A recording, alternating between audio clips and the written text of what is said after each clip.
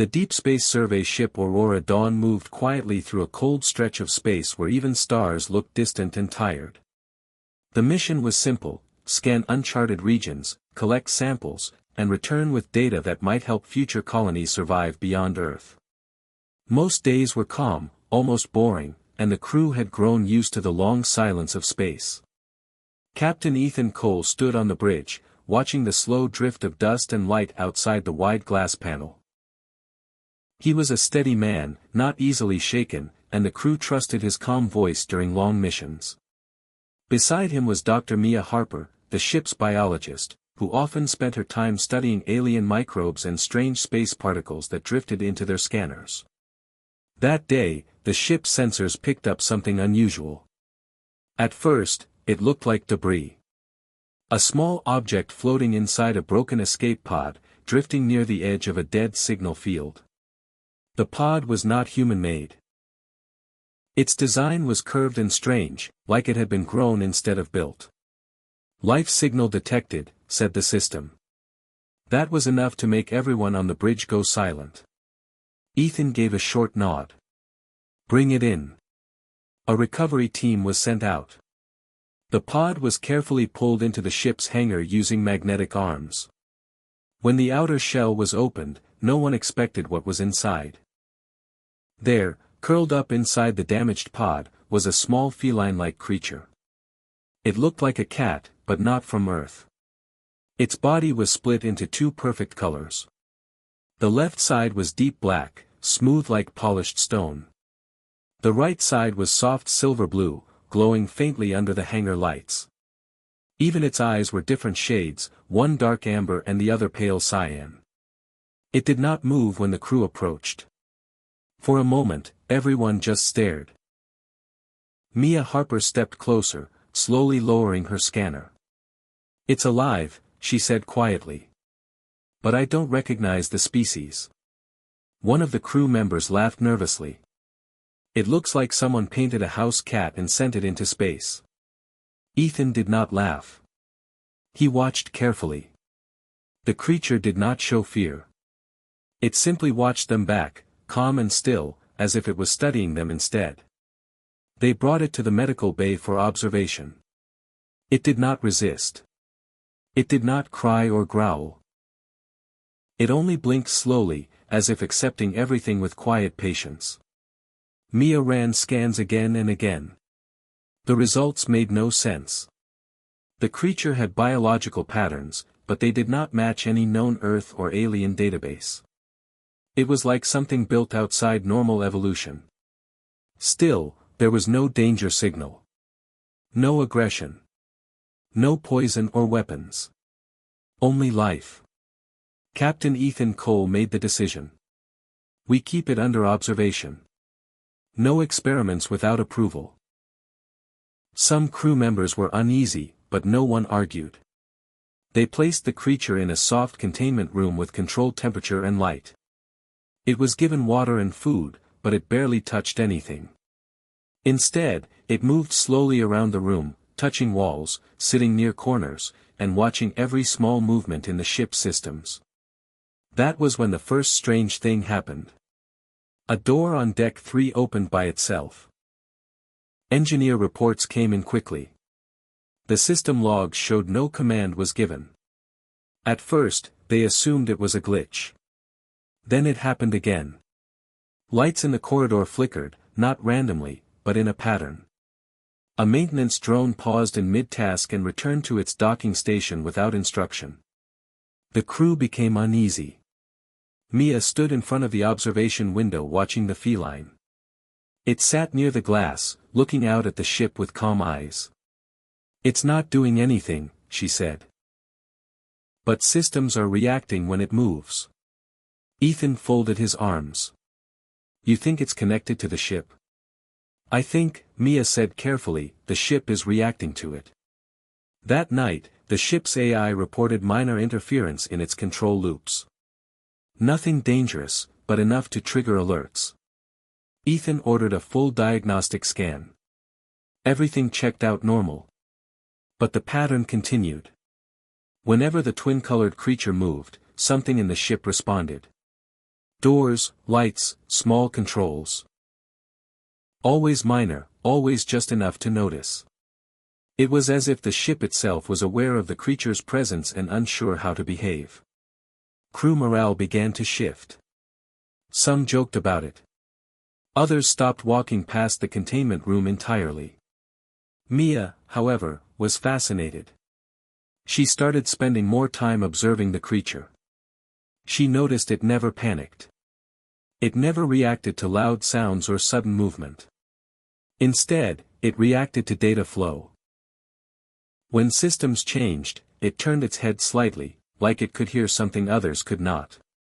One evening, Mia placed a handheld scanner near the glass. The creature walked closer and touched the glass with one paw. At that exact moment, every screen in the medical bay flickered once. Mia froze. "Ethan," she said into her calm, "you need to see this." When Ethan arrived, he saw the same thing. The creature sat calmly, but the ship's nearby systems were acting like they were receiving silent instructions. It was as if Orion was listening to something invisible. That was the first time Liam went to Dr. Sophie Lane. Sophie was the ship's scientific analyst, a calm and careful thinker. She did not panic easily, even when things were strange. When Liam explained what he saw, she did not laugh or dismiss him. She simply said, "Bring me a scan of the creature." In the medical bay, the feline sat quietly inside its containment space. It did not move much anymore. It seemed comfortable, even aware of being watched. Its two-colored body still gave off a faint glow under certain lights, black on one side, silver blue on the other. Sophie placed a neural scanning device near the glass. It was meant to detect brain activity patterns, even across unknown species. "Let's see what you really are," she said softly. The scan began. At first, the readings looked strange but incomplete. The creature's brain activity did not match normal animal structures. It was layered, like multiple signals overlapping in a controlled rhythm. Then something unexpected happened. The ship's AI, Orion, reacted. Screens flickered. Nearby terminals shifted focus without command. A soft warning tone played once and stopped. Liam stepped back. "It's happening again." Sophie narrowed her eyes. "No, this is not just reaction. This is connection." She increased scan sensitivity. The results changed rapidly. Deep signal threads appeared in the data. Not local. Not even nearby. The reading stretched outward, far beyond the ship's position, beyond the star system they were in. Sophie's voice became slower. "This is not a normal neural pattern. This is a relay structure." Liam looked at her. "Relay?" She nodded. "A biological relay node. Something that receives and sends signals." The room went quiet. Sophie pointed at the holographic display forming above the scanner. "Look at this pattern. It is not thinking alone. It is connected to something larger. Something far away." Liam stared at the moving lines of data. "How far away?" Sophie hesitated. Then she said, "Beyond known mapped space. Possibly beyond explored regions entirely." The idea made Liam feel cold.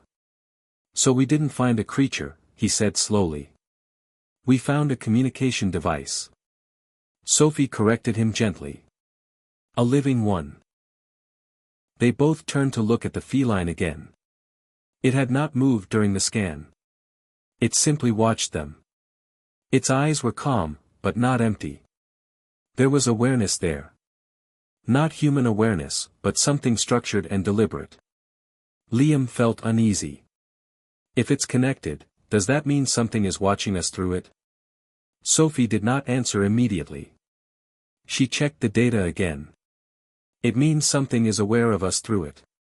But awareness does not always mean intent. Liam did not look convinced. Over the next few hours, they ran more tests. Every result pointed to the same conclusion. The creature was not just alive, it was a bridge. A biological interface between distant intelligence and physical space. Orion continued to react whenever the feline changed position. It was subtle, but consistent.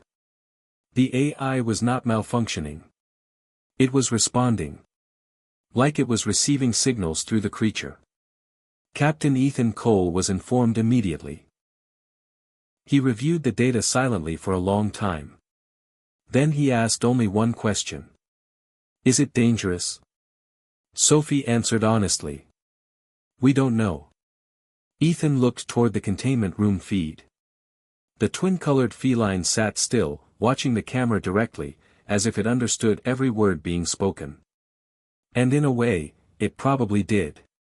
Later that night, Liam stayed behind in engineering. He could not stop thinking about the connection. As he worked, Orion suddenly displayed a new message on his console. It was not written in any known language. It was a pattern. Repeating shapes, flowing like thought. Liam felt his stomach tighten. Sophie, he called over comms, you need to see this now. When Sophie arrived, she studied the display carefully.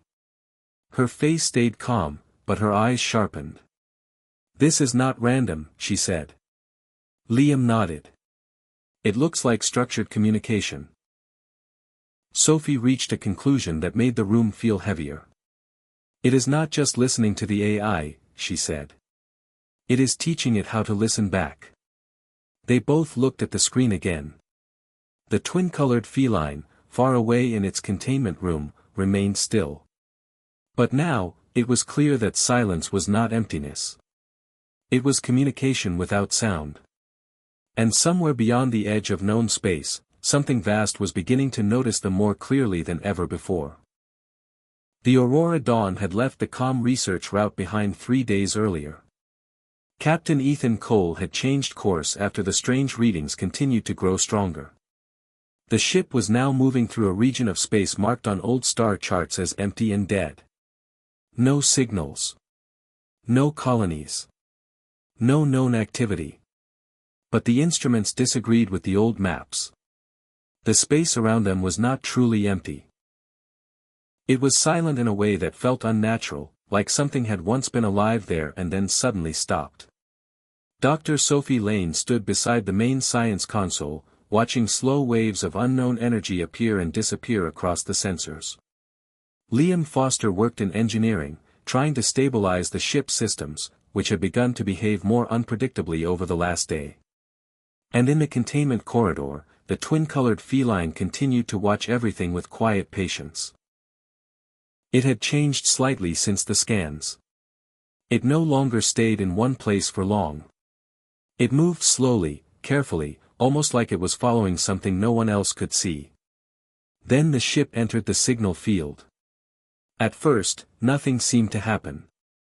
The Aurora Dawn crossed an invisible boundary in space, and the sensors showed a sudden drop in background radiation.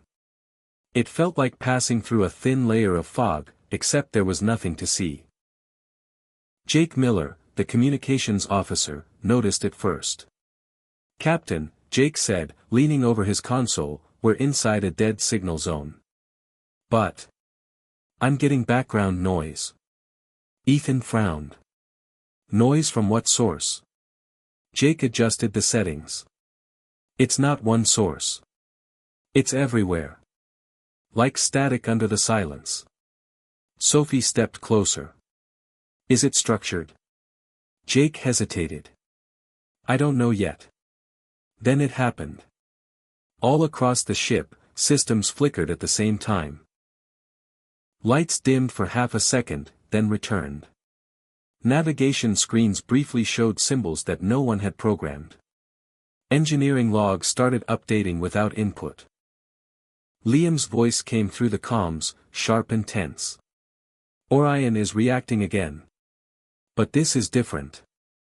It's not just small changes. It's full system shifts." Ethan stood up immediately. "Report." Liam answered, "It's like the ship is responding to external commands. But there is no incoming signal source." Sophie looked at Jake. Check the field again. Jake ran a deep scan. His face changed slowly as the results came in. There's something beneath the noise, he said quietly. Something layered under the signal field. Ethan stepped closer. Explain. Jake swallowed. It's like a sleeping network. Ancient. Very large. It's not active, but it's not dead either. A long silence followed. Then the containment door alarms on Deck 4 gave a soft chime. The Feline had moved. Security cameras showed it walking out of its containment space without force or escape attempt. The door had simply opened. No one had authorized it. Liam's voice came through again. The door opened on its own. Orion did it. Ethan's eyes narrowed. Lock down. Before he could finish, Sophie interrupted. Wait. She was watching the cameras. The Feline walked calmly down the corridor. Not fast. Not scared. It moved with steady steps, like it knew exactly where it was going. And as it moved, something strange happened. Ship systems followed it. Doors opened ahead of it. Lights turned on in its path. Airflow adjusted gently as if guiding its movement. Even maintenance drones paused and shifted aside as it passed. Jake's hands trembled slightly as he watched the comms feed. This is not random, he said. It's not escaping.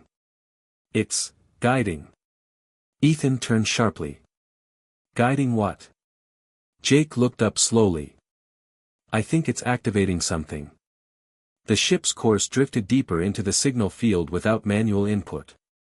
Navigation systems adjusted automatically. Orion was now operating beyond its normal safety limits. It looked at the ship. And for the first time, Jake noticed something terrifying in the data feed. The signal field was responding. Not randomly. Not slowly. It was reacting to the Feline's presence. Structures long dormant across the region were beginning to send weak energy pulses. Old systems buried in space debris, derelict stations, and unknown alien constructs were flickering alive one by one. Jake's voice broke slightly. Captain, the network is activating. Ethan stared at the screen. What network? Jake hesitated before answering. A connected system. Very old. It spans this whole region. Sophie whispered, it was never dead. It was waiting. The Feline stood still on the control deck, as if listening to something no human could hear. Then Orion displayed a new set of commands across every screen in the ship. Not written. Not spoken. But structured like intent. Liam's voice came in over comms, lower now. The AI is no longer just responding. It's synchronizing. Jake looked at Ethan, fear growing in his eyes. Captain, Jake said slowly, I think we misunderstood what this creature is. Ethan did not respond immediately. Jake continued, it's not a pet. It's not a device. It's a key. The ship shuddered slightly as distant systems outside fully activated for the first time in unknown ages. Energy waves moved through space like a chain reaction waking from sleep. The Feline finally turned its head. It looked toward the crew. Calm. Silent. Certain. And Jake Miller understood the truth fully in that moment. Something enormous had been sleeping across this region of space for a long, long time. And the twin-colored Feline was not just connected to it. It was the switch that had just been turned on. Fear spread through the Aurora Dawn like a quiet infection. It did not come from explosions or visible danger. It came from small changes that no one could fully control. Lights shifted when they were not supposed to. Doors responded before commands were fully given. Navigation systems adjusted their own course as if the ship itself had started thinking in a different way. Every crew member felt it. The ship was no longer fully theirs. Captain Ethan Cole stood on the bridge, watching the main display as lines of unknown code slowly replaced normal system readings. His face stayed calm, but his eyes were focused and heavy. He had led missions through asteroid fields, solar storms, and engine failures. But this was different. This was not damage. This was change. Below the bridge, in the control room, Ava Reed sat in the pilot's chair. Her hands rested firmly on the controls, even though she could feel the ship resisting her input slightly. It was subtle, like trying to steer through water that had its own current. She frowned. "It's not taking control completely," she said. "But it's trying to guide us somewhere." Liam Foster's voice came through the comm. "Engineering confirms the same.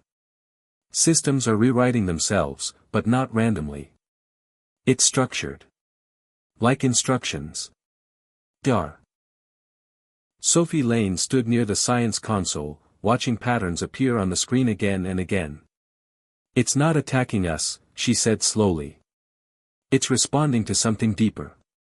Jake Miller, the communications officer, shook his head. "I don't care what it is. We're losing control of the ship." The twin-colored feline had become the center of everything. It was still calm. It had not harmed anyone. But everything around it was changing. Security feeds showed it moving freely through corridors again, not running, not hiding. It walked as if it belonged everywhere it went. And every system it passed seemed to adjust itself slightly in response. Ava tightened her grip on the controls. "If we don't regain control soon, this ship will decide its own course." Ethan's voice came through, steady but firm. "Options?" Silence followed. No one wanted to say the obvious answer. Then Sophie spoke. "We don't stop it by force," she said. "That will only make it worse. We already saw how the system reacts to resistance." Jake turned toward her. "So what, we just let it take over?" Sophie shook her head.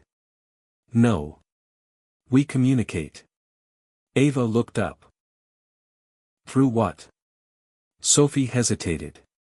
Then she said, "Through the feline." The room went quiet. Even Ethan paused before responding. "That thing is not a translator," Jake said. "It's a switch for something massive. We saw it activate systems across the entire signal field." Sophie nodded. "Yes. But it is also a bridge. It is the only part of this system that understands both sides." Ava stood slowly. "So we talk to whatever is on the other side, through it." Sophie met her eyes. "Yes." It was a risky decision. But they were already losing control. And fear was not helping anyone think clearly. Ethan finally gave a slow nod. "Do it." They brought the communication equipment into the science bay. It was not designed for alien consciousness. It was designed for translation of known signals, radio waves, and structured data. But Sophie modified it quickly with Liam's help. Ava stayed nearby, watching the ship's behavior through her console. Every few seconds, she felt small corrections in the ship's movement, like something was gently guiding it back into alignment with an unknown path. Then the feline entered the room. It did not hesitate. It walked to the center and sat down. Its two-colored body reflected the soft lights of the room. Black on one side. Silver blue on the other. Its eyes slowly moved from one person to another, as if acknowledging each of them. Sophie placed the interface ring on the floor near it. "We are not here to harm you," she said quietly. The ship's systems flickered. A response appeared on the screen. Not words. Patterns. Flowing, repeating shapes that seemed to carry meaning without language. Jake stared at it. "That's not code." Sophie replied, "It is communication, just not in our format." Ava leaned forward slightly. "Can you interpret it?" Sophie worked quickly, feeding the patterns into translation filters. The system struggled at first, then slowly began to form structured output. The result was simple. Not a command. Not a threat. A statement. Awareness returns. The room went still. Liam whispered, "It's waking up." Sophie nodded. Not hostile. Just, awakening after a long silence. Another pattern formed. This one slower. The translation came out in fragments. Signal lost, long drift, connection restored. Ava exhaled slowly. So it wasn't attacking us. Sophie shook her head. No. It was trying to reconnect something that had been broken for a very long time. Jake crossed his arms. Then why does it feel like it's taking over the ship? Sophie looked at him. Because it is using what we built. Our systems are just tools for it. But it is not trying to replace us. It is trying to understand where it is now. The feline remained still. But the ship responded around it, like a body reacting to a returning nerve signal. Ava spoke carefully. If it's not hostile, can we stop the system changes? Sophie turned back to the interface. Maybe. But we don't stop it by cutting it off. We guide it. She sent a new signal through the system. A simple message. We are here. We are not your enemy. The response took longer this time. The ship's lights dimmed slightly. Then stabilized. A new pattern formed. New observers, accepted. Jake blinked. Accepted? Sophie smiled faintly. It recognizes us as part of the system now. Ava leaned back in her chair, tension slowly leaving her shoulders. So what now? Sophie looked at the feline. It learns, she said. And we learn too. The ship stopped its erratic changes. Systems did not fully return to normal, but they stabilized into a steady pattern. It was not human control anymore. But it was not chaos either. It was balance. Ethan's voice came through the comm again. Status? Ava answered honestly. We're not in full control, Captain.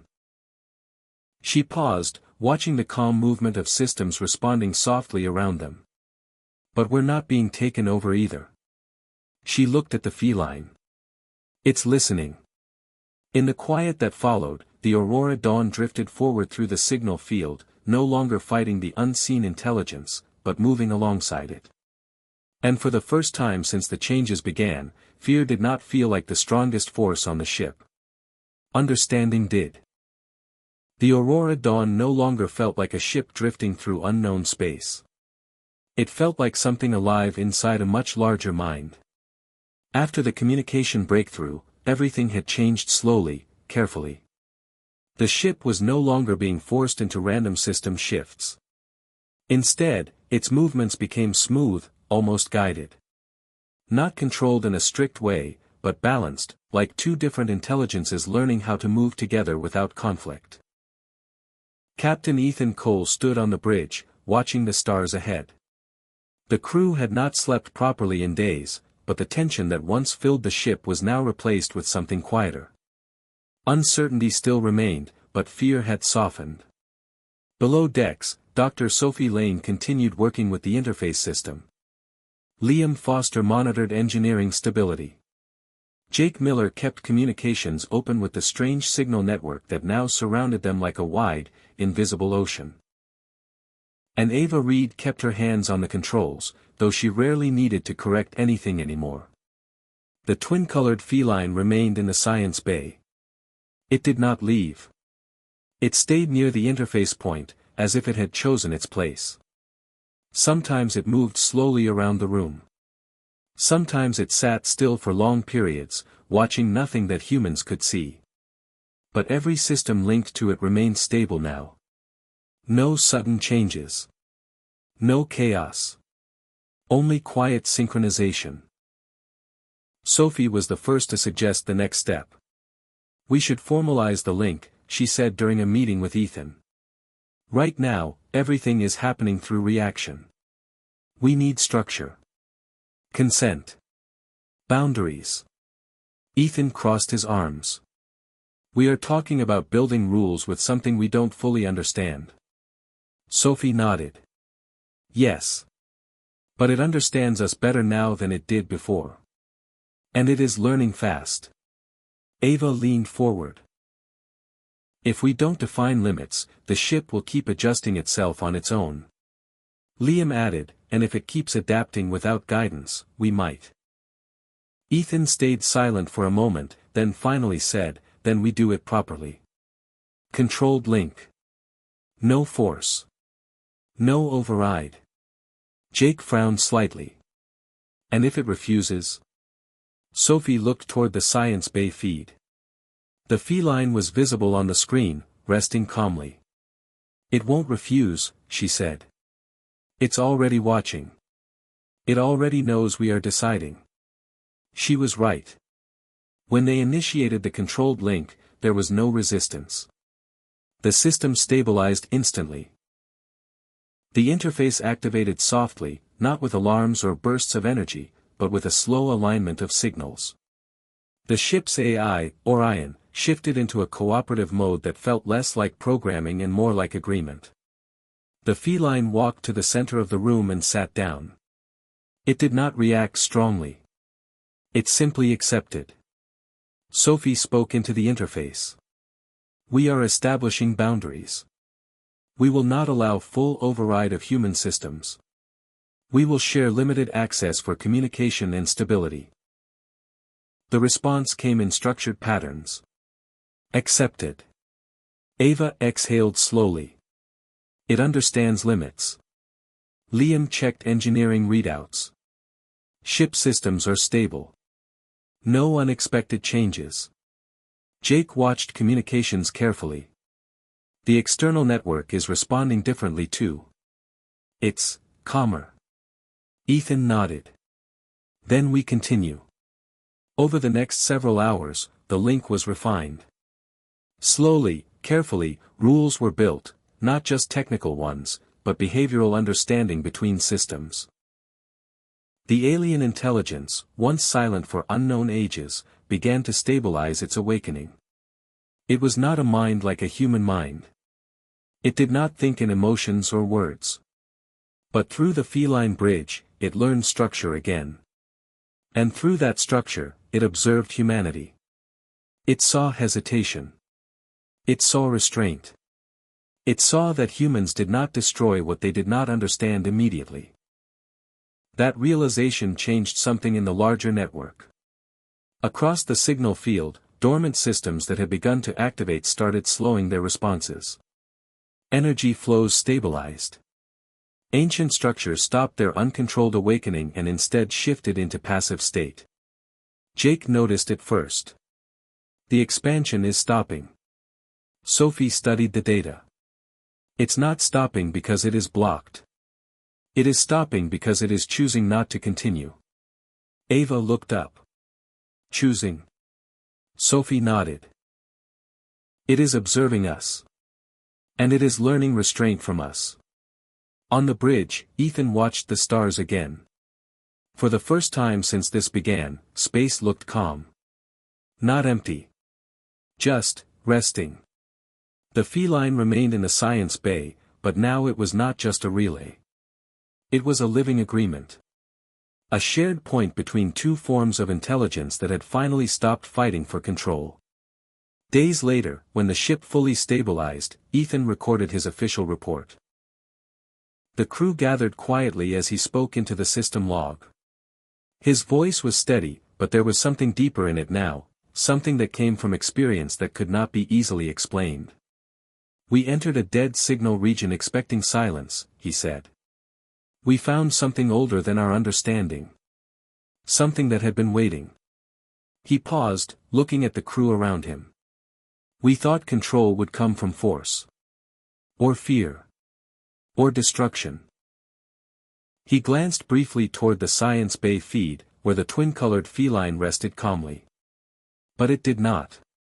Ethan continued. We did not conquer it. We understood it. And that was enough to change everything. The recording ended. Outside the Aurora Dawn, the vast ancient network remained active but peaceful, like a sleeping giant that had opened its eyes and chosen not to move aggressively. Inside the ship, humanity did not feel like rulers. They did not feel like victims either. They felt like participants in something far larger than themselves. The Feline stayed. Not as a tool. Not as a weapon. But as a bridge. And somewhere deep in the quiet layers of space, an ancient intelligence continued to observe humanity. Not with hunger, not with anger, but with something far more unexpected. Curiosity. And for the first time in an age without measure, it did not act alone. It waited. And learned.